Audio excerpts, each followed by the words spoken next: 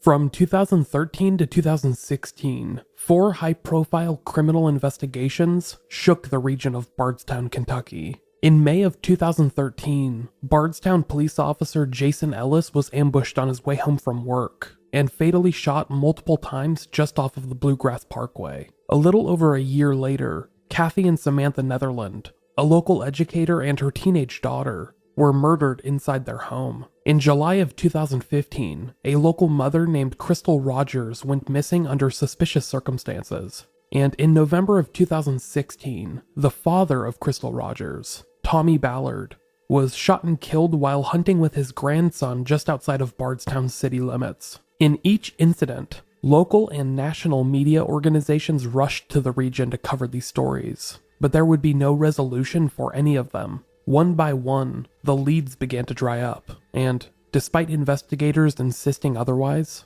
these cases seemed to have grown cold. However, these are not the only violent crimes to happen in or around Bardstown. For years, the region has been home to numerous bizarre mysteries, each of which is more confusing and troubling than the last. And tied into each incident is a group of loved ones left without any answers, who simply want to learn what happened. This episode is very similar to those that come before it. In fact, it's almost a composite of the various Bardstown stories I've covered so far, but it just so happens to predate all of them, including the ambush of Officer Ellis. This is the story of Daniel Kehoe.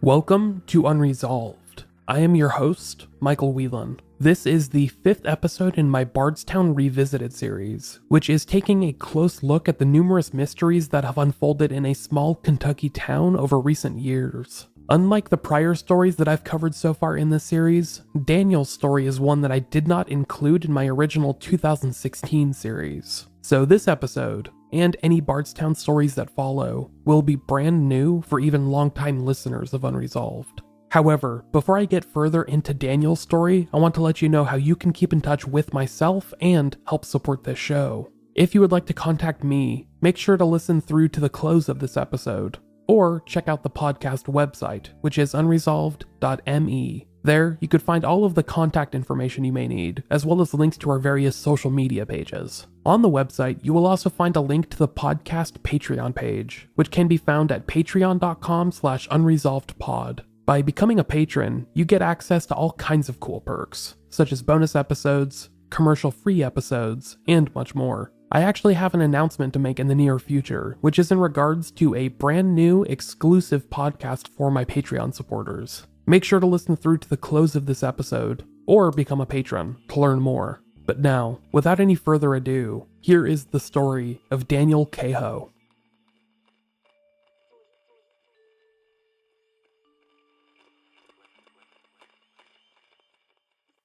Daniel Dale Kehoe was born on April 21st, 1977, to his parents Roger Kehoe and Joan Hagen. Daniel happened to be born an identical twin, with his brother also being named Roger Allen. He would also have another brother named Nathaniel. Daniel, who was nicknamed Sparky by those that knew him well, was known to be a bit of a free spirit. Having been born in Bardstown, Kentucky, Daniel grew to love the outdoors, becoming an avid hunter and fisherman. His love of the outdoors and his simple-minded free spirit also resulted in Daniel becoming known as a bit of a drifter. He was known to just wander from place to place in search of a good time, but this habit would often result in Daniel staying and/or sleeping wherever he happened to drop. Friends and family recall him, on multiple occasions, just finding some hole to sleep in, even in downtown Bardstown, which is where he hung around constantly. Mind you, he wasn't homeless. This was just a weird quirk of his. Jerry Boone, the namesake of Boone's Butcher Shop in downtown Bardstown, recalls this habit of Daniel's that some might describe as weird. Quote, "As long as he had something over his head, he didn't care. He was just a happy-go-lucky kind of guy." Because of his reputation as a drifter, Daniel never sat in one place for too long. He was always on the go, and this resulted in him working a couple of part-time, on-and-off-again jobs throughout Bardstown. One of these jobs was at the Smith Brothers Distributing Company, but Daniel was most well known for working at Boone's Butcher Shop, located just outside of downtown Bardstown. That was where he could usually be found when he wasn't outdoors, doing something. At Boone's butcher shop, Daniel was known for doing all kinds of odd jobs. Yard work, landscaping, washing cars, etc. That was, of course, in addition to working inside the shop, helping customers find exactly what it was they wanted or needed. Daniel had worked at Boone's butcher shop for the better part of 10 years, where he had become well known by staff and customers. He was well liked by many and regarded as a good, friendly worker. During his time working at the butcher shop, Daniel had become friends with Matthew Boone, the son of shop owner Jerry Boone. Matthew recalled about Daniel, his friend of several years. Quote, "He wouldn't worry about tomorrow until tomorrow. On a nice summer day, he would go fishing and go walk in the woods to find stuff, so he wasn't going to be tied down to anywhere too long." One of the few things that kept Daniel Kehoe grounded was family. In 2011, Daniel Kehoe was 34 years old and was cemented into his free-spirited, carefree lifestyle. But one of the few things that kept him grounded in reality was his family, in particular his son, Daniel Jr., who was 10 years old at this point. On December 24th, 2011, Christmas Eve, Daniel spent the day with his father, Roger, and his son, Daniel Jr. The three hung out together, and everything seemed to be normal. Roger doesn't recall anything out of the ordinary from their usual visits. Before they said goodbye, Roger and Daniel made some loose plans for the following week, after New Year's. They wanted to go hunting together, and agreed to firm up their plans in the coming days. When they said goodbye to one another, there was no real sentiment behind it. Roger told Daniel that he'd see him the next day, for Christmas, and Daniel gave his customary farewell, "I'll see you later." The next day, Christmas, Daniel Kehoe was a no-show at holiday gatherings. He had made plans to visit with a friend and some family throughout the day, but Daniel, perhaps living up to his reputation as a drifter, was a complete no-show. When he failed to show up for a family gathering, his loved ones began to grow worried.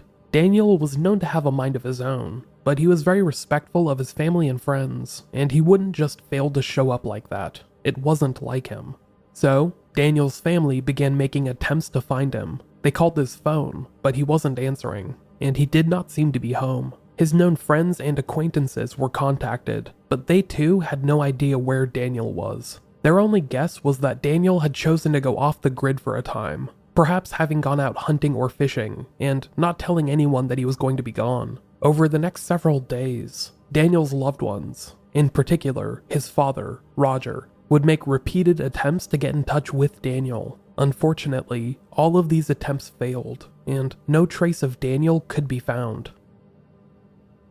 A handful of days later, on New Year's Eve, a family emergency shook the Kehoe family. In the early morning hours of December 31st, 2011, Daniel's twin brother Roger was shot in the stomach. The hostile encounter was described as a domestic dispute between Roger and a woman, which spilled out to include 58-year-old Edward O'Brien, who ultimately pulled the trigger of his weapon and fired at Daniel's twin brother.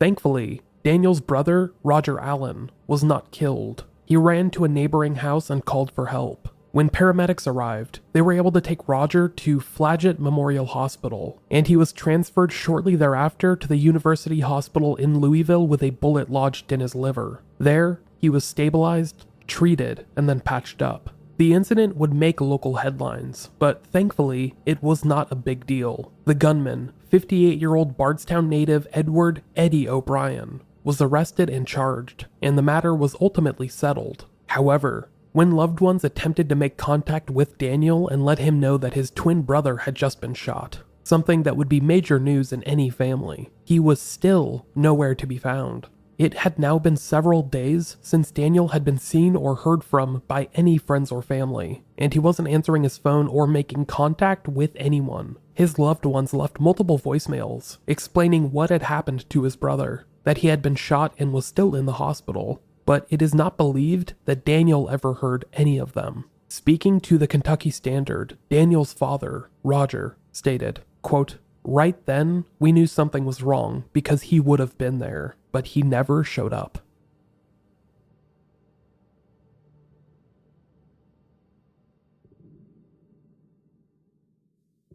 Spencer County, which is north of Bardstown's Nelson County, is a quiet and rural place. The entire county has a population of approximately 18,000, all of which is spread out throughout the county's nearly 200 square miles. On January 5th, 2012, a vehicle was driving along the 2000 block of Bowman Lane, a small one-lane road just barely big enough for a single car. This region in particular is pretty bereft of civilization. Miles away from the nearest town, Taylorsville, there are homes scattered along Bowman Lane, but they are pretty few and far in between. The vehicle was prepared to round a large curve, where the road became blanketed with thick vegetation, when it passed by a single barn. The barn was, and is, an old, dilapidated shack, surrounded by overgrown shrubs and weeds. Just feet away from the road, this old building, which was once a tobacco barn, has been slowly falling apart for years now.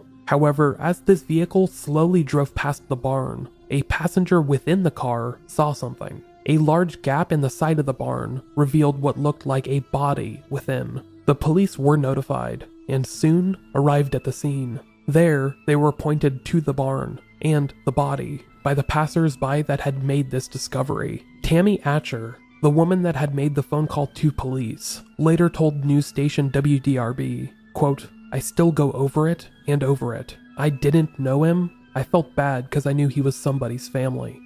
The body had no form of identification on it, so the remains were transported to the medical examiner's office in Louisville. There, the remains were identified as being Daniel Dale Kehoe, the Bardstown man that had gone missing more than a week prior. An autopsy was performed on Daniel's remains, but the cause of death was evident. He had been shot once in the head, a shot that was not self-inflicted. Investigators would not reveal any explicit details, such as which direction he had been shot from or the type of weapon or ammunition used, but did state that he appeared to have been shot at quote-unquote point-blank range. Police immediately labeled the death as suspicious, with those that knew Daniel coming to understand that he had been taken out to the barn he was later found in, and there he had been executed.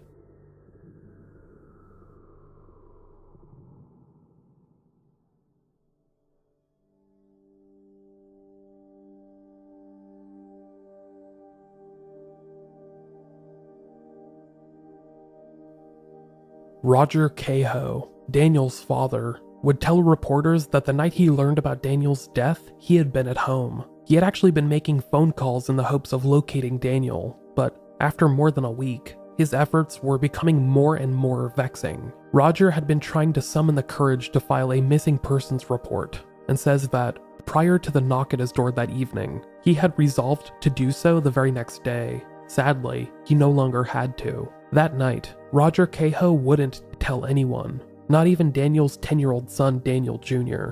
That happened the very next day, and 10-year-old Daniel Jr. had a hard time making sense of what had happened. For some time afterwards, he would continue to ask relatives when his father's killer would be found, and they had no answer for him. Daniel Kehoe's funeral was held at Mann and Greenwell Funeral Home later that week, in his hometown of Bardstown, and his remains were cremated shortly thereafter. In the following days, Daniel's loved ones would travel out to the barn where he had been found. In an effort that was described as equal parts cathartic and traumatic, they would hang up a photograph of Daniel, hoping to memorialize the spot that he had spent his final moments.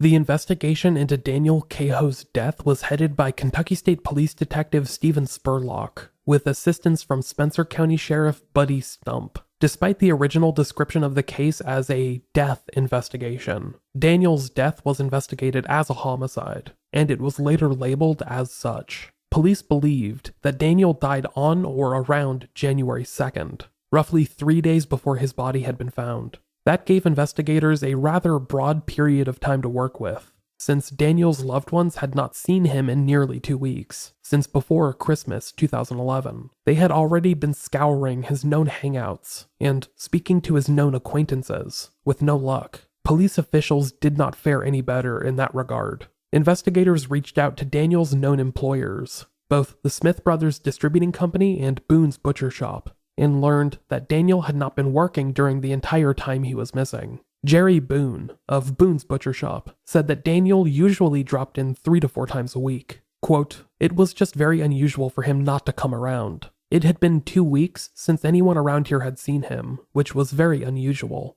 One of the major facets of this case that investigators would struggle to comprehend was, why was Daniel found all the way out in rural Spencer County? Spencer County neighbors Bardstown's Nelson County to the north, and is even more sylvan and pastoral. It's almost nothing but woods and farmland, especially near the Salt River, where Daniel's body was found in the barn. Daniel was found just off of Bowman Road, which is just a 1-lane road used primarily by locals. It's miles away from any real town, and despite there being some homes and farms nearby, it was isolated enough for Daniel's remains to have been sitting there for several days without being noticed. There was really no reason for Daniel to be out in that region. It is not believed that he knew anyone out in Spencer County, due, in part, to him rarely ever even leaving Nelson County. Besides, he did not drive, and this location, which was approximately 15 miles away, makes it very unlikely that he would have or could have gotten there on foot.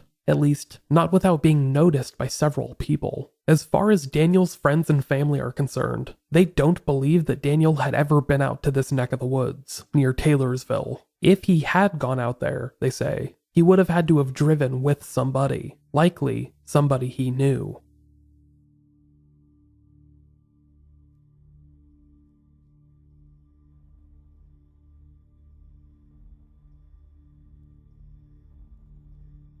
Over the next several months, investigators began to weigh a handful of numerous possibilities. Since Daniel was known to be a bit of a vagabond, who seemed to head out into the woods for days at a time, investigators looked into the possibility that he might have stumbled upon something he shouldn't have. Perhaps something like a drug deal gone awry, or something like that. The idea is a bit trite, and perhaps overly ascribed in unsolved cases, but in lieu of more solid evidence, it was a worthy lead. However, it is not believed that investigators found anything of value in that theory, nor in the theories that perhaps Daniel had fallen in with the wrong crowd or gotten involved in any kind of major drug activity. Drugs were not believed to have been an issue in Daniel's life. His family knew that he liked to smoke weed from time to time, but that was about it. The only thing that gave investigators pause was Daniel's willingness to do odd jobs for scattered pay, an attribute that may also be ascribed to drug dealers. However, it is not believed that investigators found any proof of Daniel being a drug dealer, or having anything more than a loose personal connection with local pot dealers. There was also no evidence that Daniel had fallen in with the wrong crowd, so to speak. He was a known drifter, who seemed to wander from place to place without any real direction, but he had kept in touch with his family and friends through Christmas Eve 2011. Perhaps he had finally encountered someone that guided him in a bad direction, but if so, they had left behind very little trace of themselves in Daniel's life.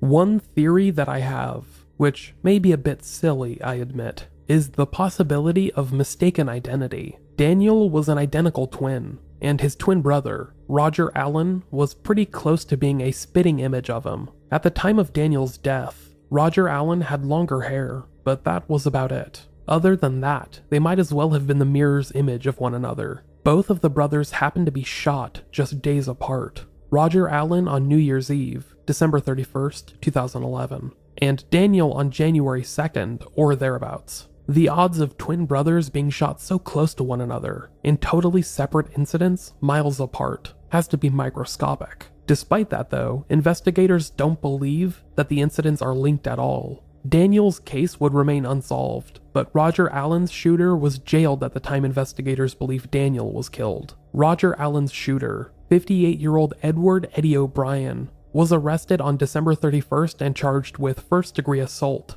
tampering with physical evidence, and possession of a firearm by a convicted felon. He claimed that he had shot Roger Allen Kehoe after Roger started harassing and arguing with his girlfriend. Afterwards, O'Brien made incriminating remarks to police officers, but alleged that Kehoe had been assaulting his girlfriend, hence him stepping in with a firearm. Police labeled the issue as a domestic dispute, and it was not believed to be a premeditated incident, just a bad case of someone having a gun when they shouldn't have, and an argument that quickly spiraled out of control. Edward O'Brien later pleaded guilty to a lesser charge of assault under extreme emotional disturbance, which is only a Class D felony in the state of Kentucky. It is possible that in the days after this first shooting, someone with an axe to grind might have taken it upon themselves to deal with Roger Allen Kehoe or his loved ones. Perhaps they mistook Daniel for Roger, and things escalated to the point of no return. Or perhaps they wanted to deal a blow to the Kehoe family in a eye-for-eye fashion. After all, investigators stated their belief that Daniel had met his fate on or around January 2nd, just days after his own twin brother had been shot. There's not a lot of evidence to back up this theory, especially since Roger Allen's shooting was resolved quickly, but Daniel Kehoe was murdered in a cruel and callous manner. That implies to me that whoever killed him was trying to exact some kind of revenge, and investigators seem to have found nothing to warrant that against 34-year-old Daniel.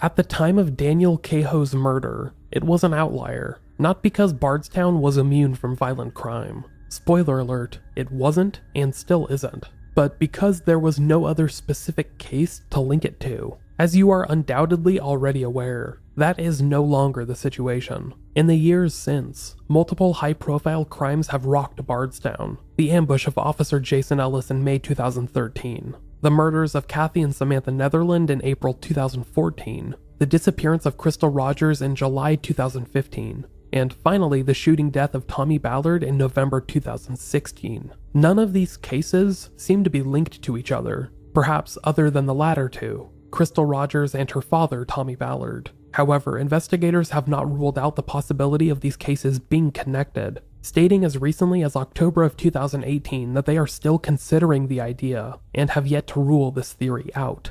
Perhaps there is a slight possibility that Daniel's death is connected to any of them. Police have yet to reveal specific details about their investigation into Daniel's death, such as the type of weapon or ammunition used, if there were any drugs in his system at the time of his death, possible leads or suspects, etc. It remains possible that Daniel might have been loosely affiliated with some kind of organization, which may tie into the other cases, especially in regards to drugs or something like that. He was known for working odd jobs throughout Bardstown, and may have fallen in with the wrong group of people in his final days. Even his family admits that it's a possibility, and police officials have yet to rule out any potential connections to other violent crimes in the region.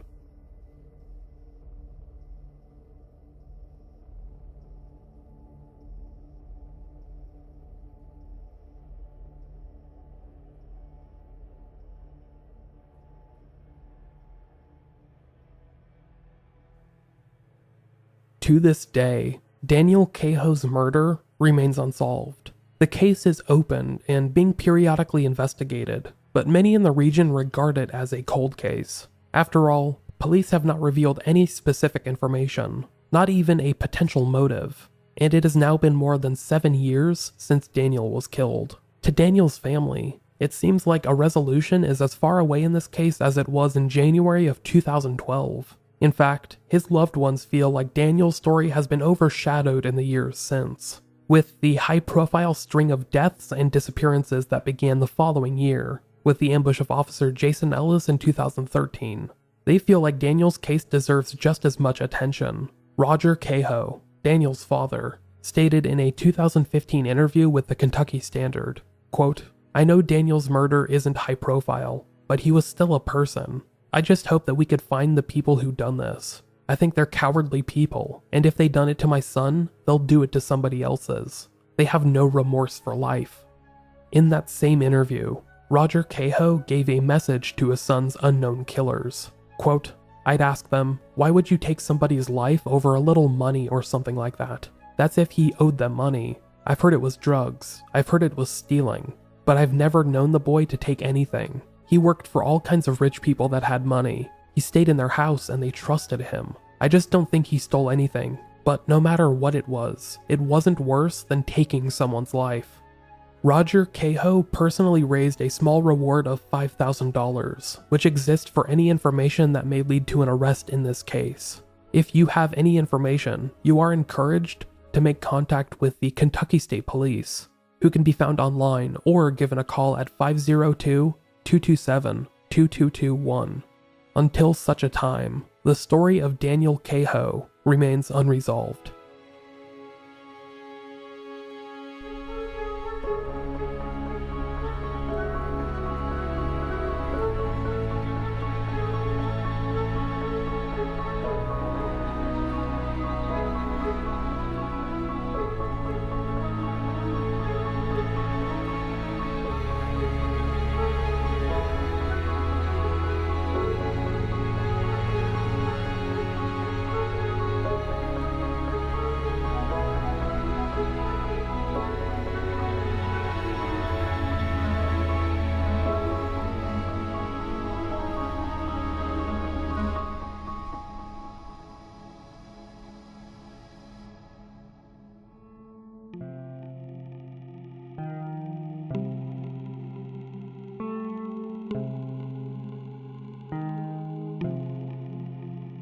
Thank you for listening to Unresolved. This marks the end of the 5th full-length episode in my Bardstown Revisited series.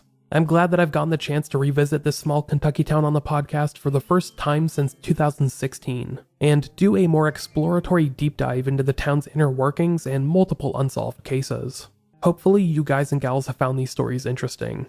I know I've had a lot of fun with the added interludes, which I believe provide a lot of context to this weird overall story. I'm also happy getting to go back and add to my original 2-part series, which I have found seriously lacking in the years since. Who knows, I may even do that for some of my other older episodes and series that are still unresolved. I have a few in mind, but if there are any you'd love to hear re-recorded and given some new information, please let me know. I would love to know which episodes need a new splash of paint, so to speak, and which of the early episodes y'all enjoyed and would love to hear a remastered version of. If you want to contact me and let me know, you could do so in a variety of ways. The podcast can be found on Facebook, Twitter, and Instagram. Just search for Unresolved or Unresolved Pod, and it should pop up. You can also send in any emails to micheal@unresolved.me. That's Micheal @unresolved.me. And you could leave a voicemail or send in a text to 831-200-3550. Once again, that's 831-200-3550.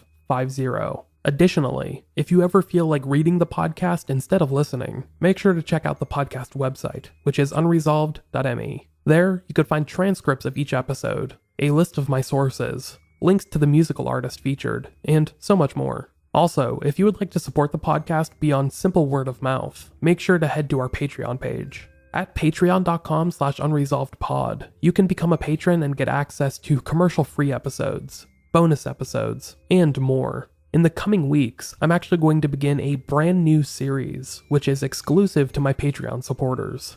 This brand new podcast, which I'm still in the process of naming, is going to feature resolved cases. So if you enjoy listening to Unresolved, but would like to hear me take on cases with an actual ending, a known perpetrator, all that jazz, make sure to check out the Patreon in the near future. I'll announce when that series is beginning, but in the meantime, you could catch up on the unresolved bonus episodes I've uploaded over the past year or so. However, I'll stop trying to sell all of you. Thank you for listening all the way to the end. I'm not sure if the next episode you hear will be another story from Bardstown, since I'm going to focus on more stories from the region in a less linear way, but I'm sure you will all be hearing a brand new story from me again next weekend. Until then everyone, stay safe, and I will talk to you later.